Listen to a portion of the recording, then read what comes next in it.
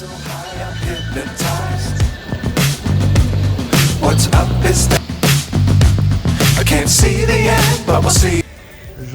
prends l'avion direction Jakarta, puis Bornéo.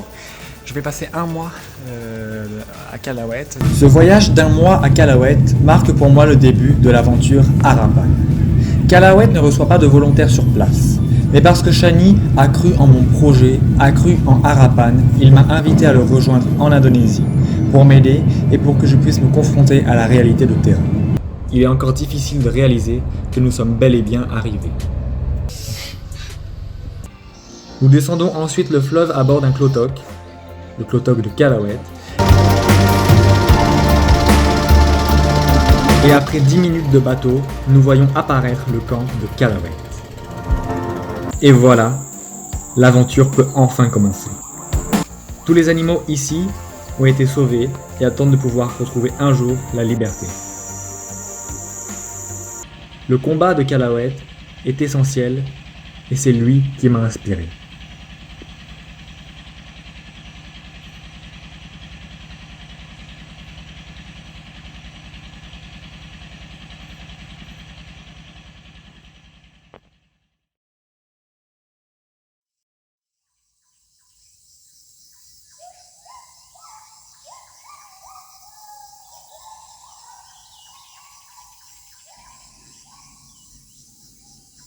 Nous nous réveillons à 5h30 avec le chant des gibbons. C'est magique. La forêt est couverte de brume qui s'élève petit à petit vers le ciel. Les gibbons chantent pour marquer leur territoire.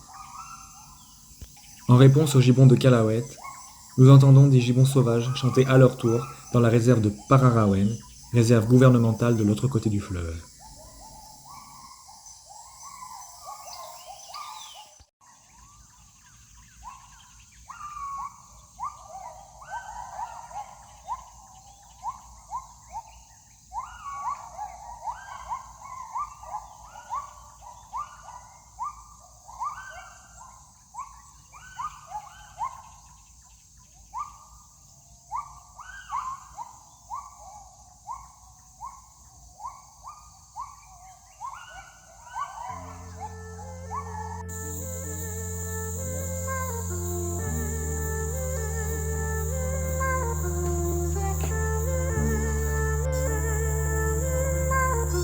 À 7h, nous suivons les vétérinaires jusqu'à la clinique.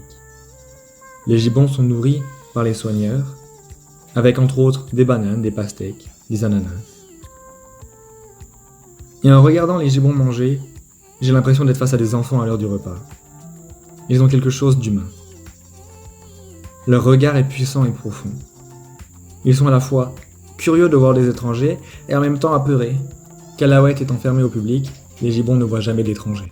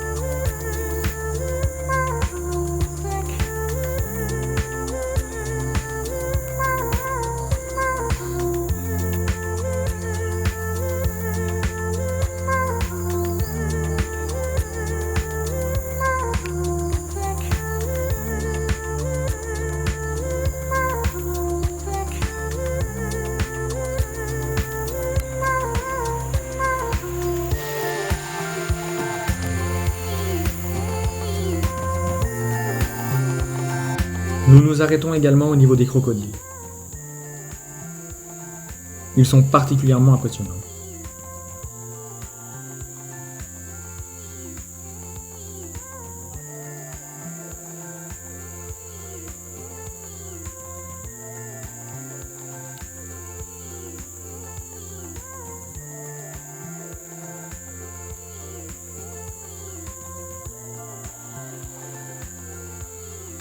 Eux aussi attendent de retrouver la liberté, mais relâcher de grands prédateurs n'est jamais facile, et les autorités n'ont pas encore donné leur autorisation.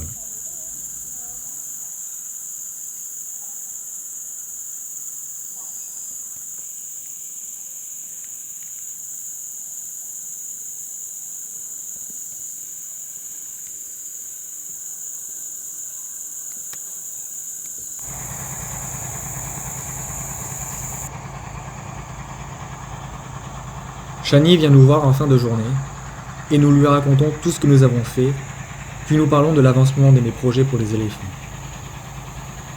Chani est de très bons conseils et me soutient entièrement. Son aide est précieuse et m'apporte beaucoup de force.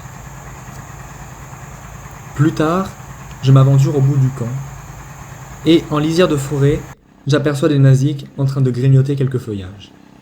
Ces singes, endémiques de Bornéo, vivent en groupe et mangent exclusivement des feuilles. Ils ont donc besoin d'une forêt de qualité. Ici, dans la réserve créée par Calawet, on en dénombre plus de 50 individus, protégés concrètement.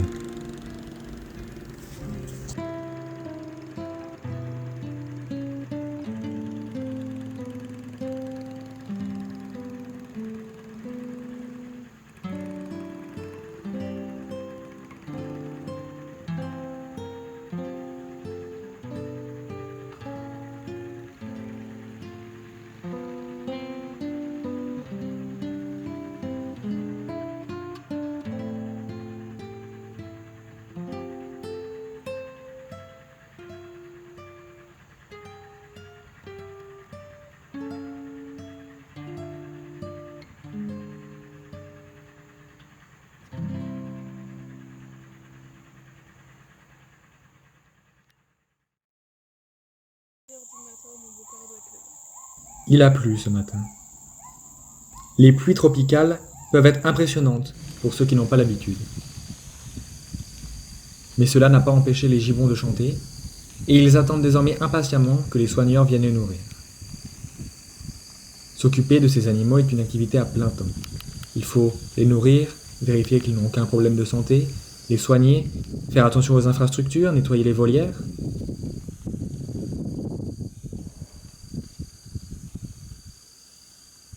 Chaque soigneur ici connaît les noms de tous les animaux du centre. Et il nous les présente à chaque fois que nous les suivons durant leur ronde matinale.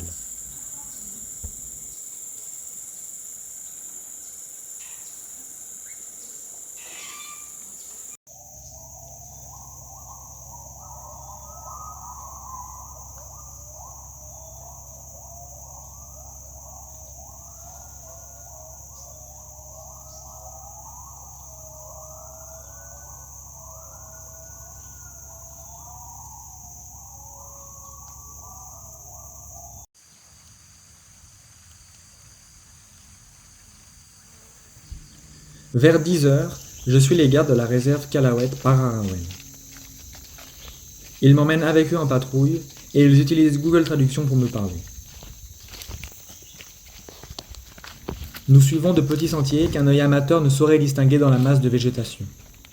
Nous croisons des macaques et nous entendons même des gibbons sauvages chanter au loin. Je suis bien le rythme des deux gardes.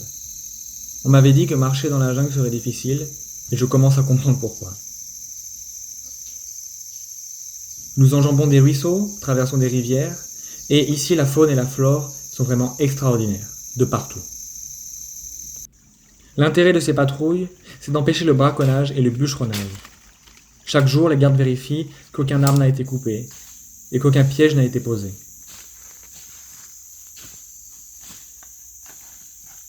En voyant tout ce qui m'entoure, cet écosystème précieux et merveilleux, je ne comprends pas comment leur destruction peut nous laisser indifférents. Cette forêt regorge de vie et de beauté.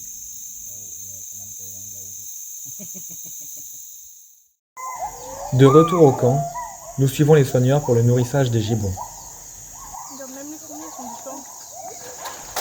J'ai l'impression d'être face à des humains, mais en mieux.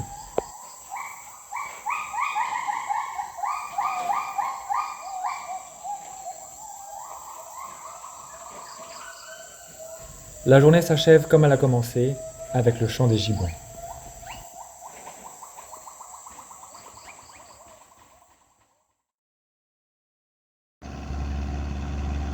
Nous prenons aujourd'hui la direction de Buntok Baru, un village situé au sud de la réserve d'Ulan, créée par Calawet dès 2019. Shani a repéré à Buntok Baru un potentiel de 700 hectares pour agrandir la réserve d'Ulan et protéger l'habitat des orang-outans et des gibbons. La principale menace là-bas, les compagnies de palmiers. Nous prenons le speedboat et descendons pendant 3 quarts d'heure jusqu'à arriver au village. Tout le monde nous accueille avec un grand sourire et semble heureux de nous voir. La réunion a duré environ 1 heure et Shani nous expliquait régulièrement ce qu'il se disait. Face aux compagnies de palmiers, le village semble en train à travailler avec Calawet. C'est une bonne nouvelle. Heureux de notre venue, les habitants nous ont fait faire le tour du village et nous ont notamment fait goûter leur miel. Les ruches en Indonésie n'ont rien à voir avec les ruches de France. Ici, les abeilles font leur nid dans un tronc sur lequel se trouve une plaque où elles stockent leur miel.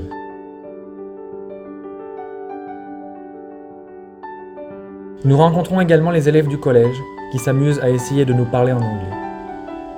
Ce fut une expérience particulièrement enrichissante. Nous rentrons au camp à midi.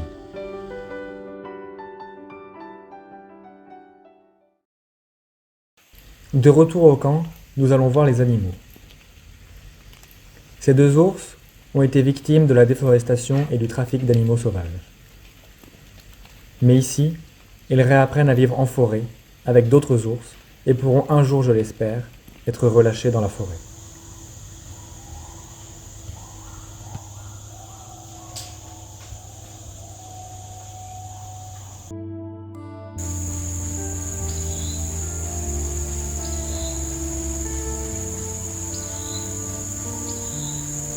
Je termine cette journée en allant observer les gibbons. Leur comportement est tellement proche du nôtre. J'ai des enfants en face de moi. Ce qui est le plus touchant, c'est vraiment leur regard, puissant, qui nous traverse. Grâce à Calawet, ils retourneront peut-être un jour dans la forêt, à leur place.